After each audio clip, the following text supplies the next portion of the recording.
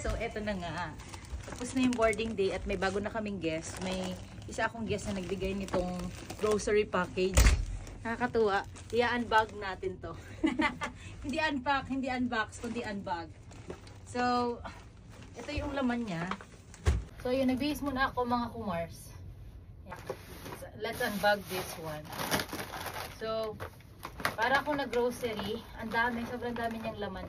Nagulat ako, inabot niya sa akin. Sabi niya, this is for you.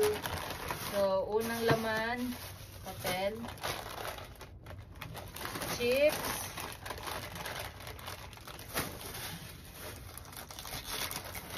may chips ahoy, sobrang laki. Ang laki. Tapos, may nutty body. Mga ano, parang chocolate bar na may wafer. Beef jerky. Oh my God. Oh, I